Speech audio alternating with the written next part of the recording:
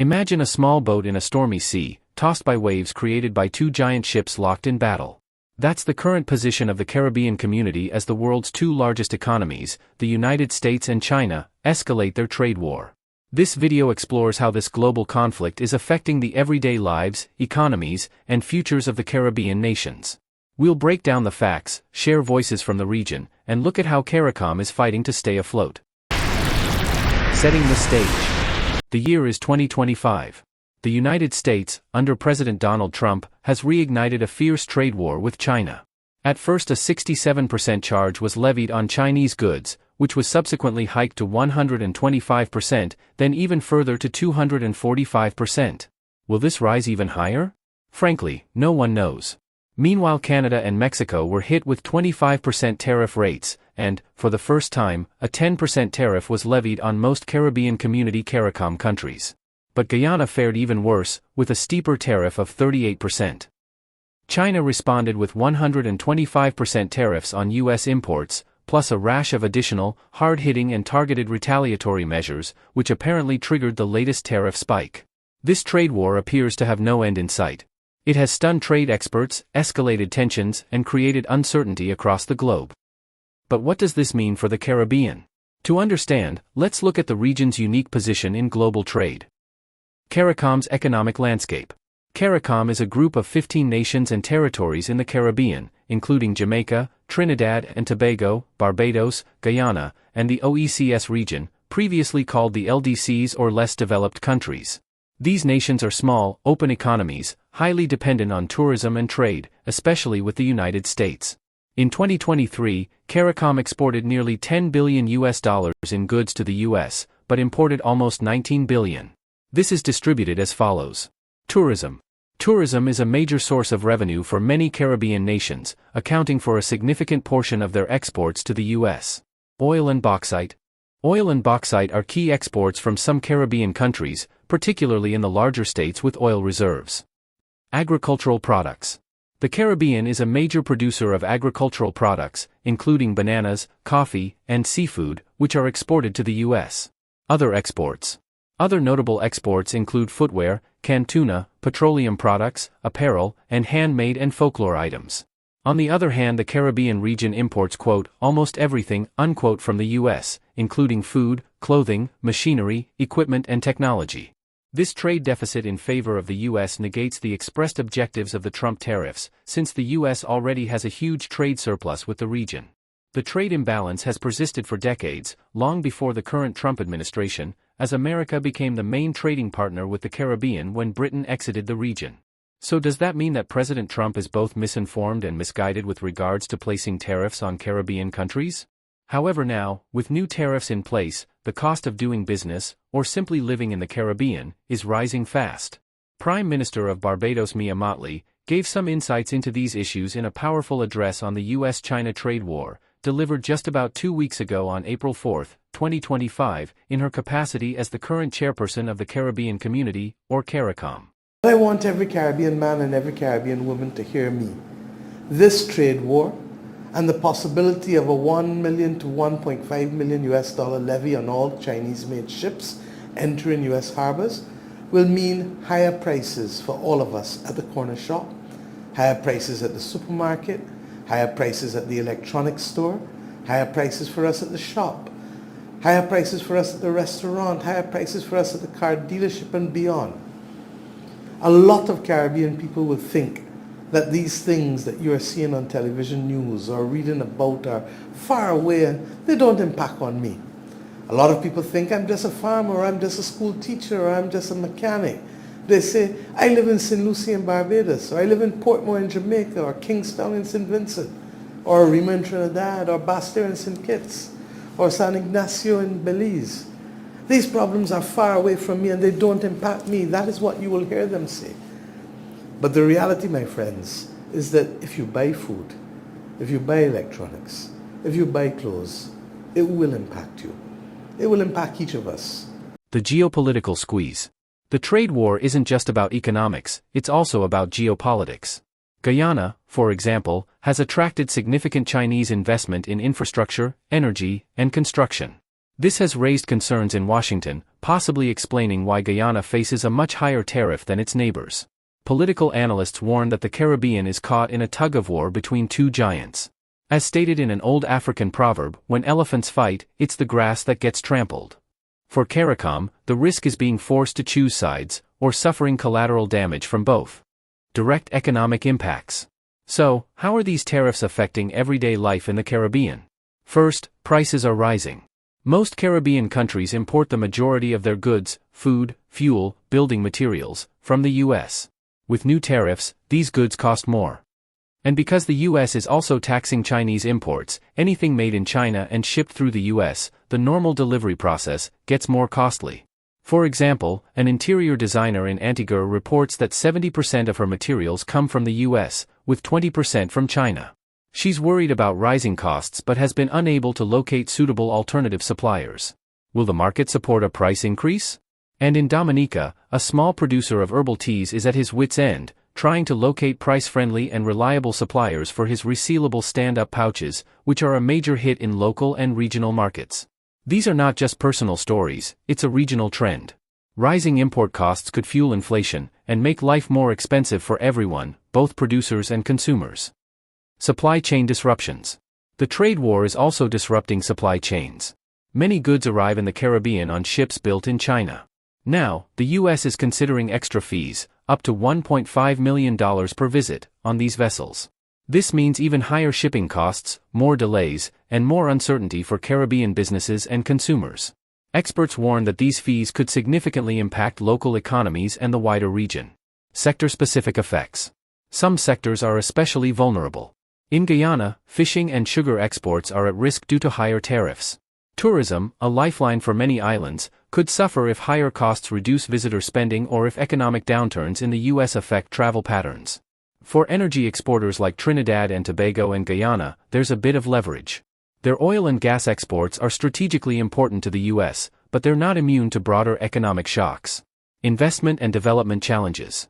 The trade war is also affecting investment. Chinese companies have been investing heavily in the Caribbean, building roads, bridges, hospitals, and other infrastructure. But as U.S.-China tensions rise, CARICOM countries may be forced to choose between economic partners, risking the loss of vital investment and development opportunities.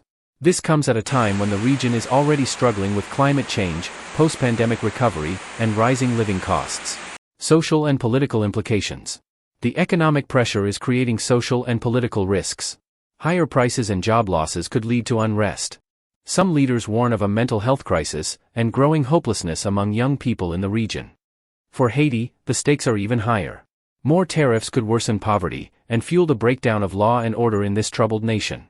Ironically, this will drive even more people to seek refuge in the U.S., creating greater humanitarian and migration challenges.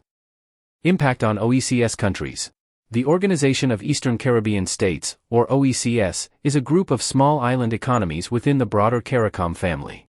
These nations share a common currency, the Eastern Caribbean dollar, which is pegged to the US dollar, and they rely heavily on imports for food, fuel, manufactured goods, and construction materials. The US-China trade war is hitting the OECS in several unique ways. Rising import costs. The universal 10% US tariff now applies to all OECS exports. Since most goods in the OECS are imported, often via the US, these tariffs will increase the cost of everything, from groceries to building supplies. With already high local import duties and shipping costs, OECS consumers will feel the squeeze more than ever. Shipping disruptions. Many goods arrive in the OECS on ships built in China. The U.S. proposal to charge up to $1.5 million per visit for Chinese-built vessels docking at U.S. ports could further increase freight costs for OECS countries. That's because most of their imports transit through U.S. ports. This means even higher prices for everyday goods, and potential shortages if shipping routes are disrupted. Inflation and currency effects.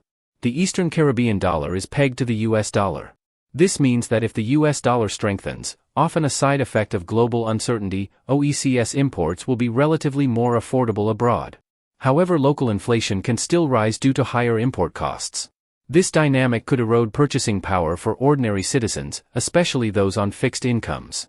However, the governor of the Eastern Caribbean Central Bank, Timothy Antoine, has stated in no uncertain terms that a devaluation of the EC dollar is not on the cards. He addressed the issue during the opening of the 9th Annual Growth and Resilience Dialogue of the ECCB in St. Kitts on April 15, 2005. We know this morning that our EC dollar remains strong. Yes, we know that for a certain fact. At this moment, the backing is 98%. The law requires us to be at 60%, with foreign reserves of $6 billion and growing, as you can see on screen. Our EC dollar has stood the test of time. Over nearly 5 decades, our EC dollar has withstood multiple shocks, and it will withstand this tariff shock. So all this speculation about the devaluation of the EC dollar, that's one thing you do not have to worry about. The other things we have to worry about, that is not one. Our confidence in this assertion is predicated on ECCB's long-standing conservative policy of maintaining high stocks of foreign reserves. Limited local production. OECS economies have small domestic markets and limited manufacturing capacity. Their exports are often niche products like specialty rums or local foods, which face less direct competition but are still affected by higher shipping and input costs. The small scale of these economies makes it difficult to quickly diversify trade partners or ramp up local production in response to global shocks. Tourism and services. Tourism is a major economic driver for the OECS. Higher costs for imported goods and services can make the region less competitive as a tourist destination, especially if US and European travelers face economic headwinds at home. Additionally, any disruption in global travel or shipping can have an outsized impact on these small economies. Government and regional response. OECS governments are actively consulting with business leaders and regional partners to assess and mitigate the impact of these tariffs. There is a strong push for regional cooperation, both within the OECS subgrouping and with CARICOM as a whole, to present a united front in negotiations and to explore ways to reduce dependency on U.S. imports. This includes promoting local agriculture and boosting intra-regional trade. In summary, the U.S.-China trade war is amplifying existing vulnerabilities in the OECS. It can increase the cost of living, threaten supply chains, and place additional pressure on already fragile economies. But it's also prompting a renewed focus on regional unity, self-sufficiency, and creative solutions to build resilience in the face of global uncertainty. CARICOM's response and strategies. So, how is CARICOM responding?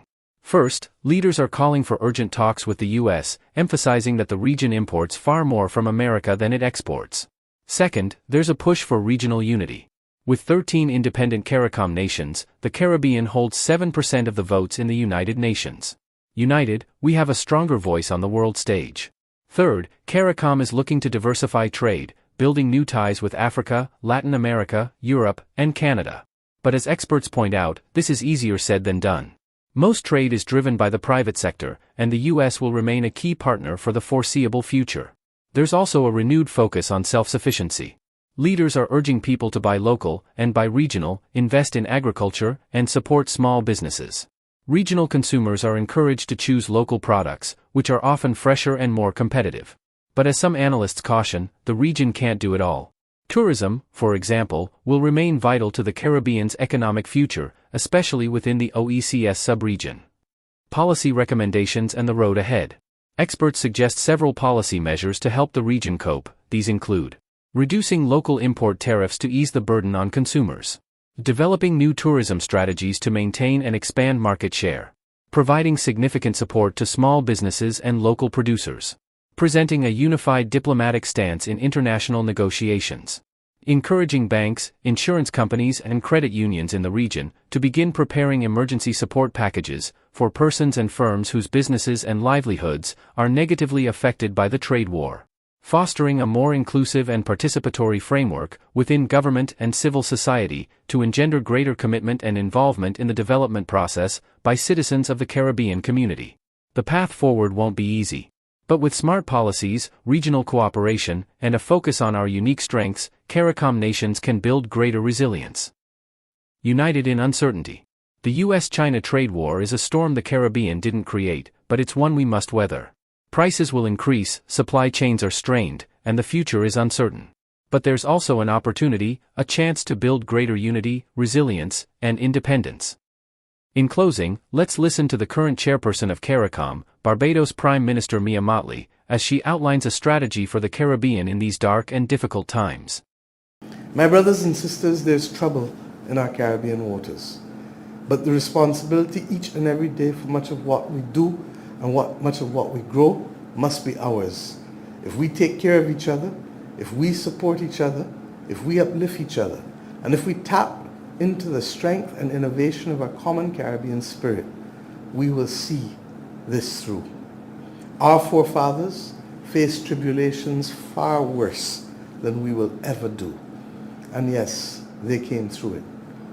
My friends, my brothers and sisters, we can make it. We shall make it. God bless our Caribbean civilization. Thank you, Mia, for these inspiring words, which I'm sure will resonate in the hearts and minds of people all over the Caribbean. Hopefully we'll also hear more sentiments like this expressed by other Caribbean leaders in the future. But what do you think of the issues raised in this video? And what can you realistically do to limit the effects of this trade war? Let's start a dialogue in the comments below. Also remember to like and share this video, and subscribe to our channel for more features on the Caribbean and other topics. See you in the next video.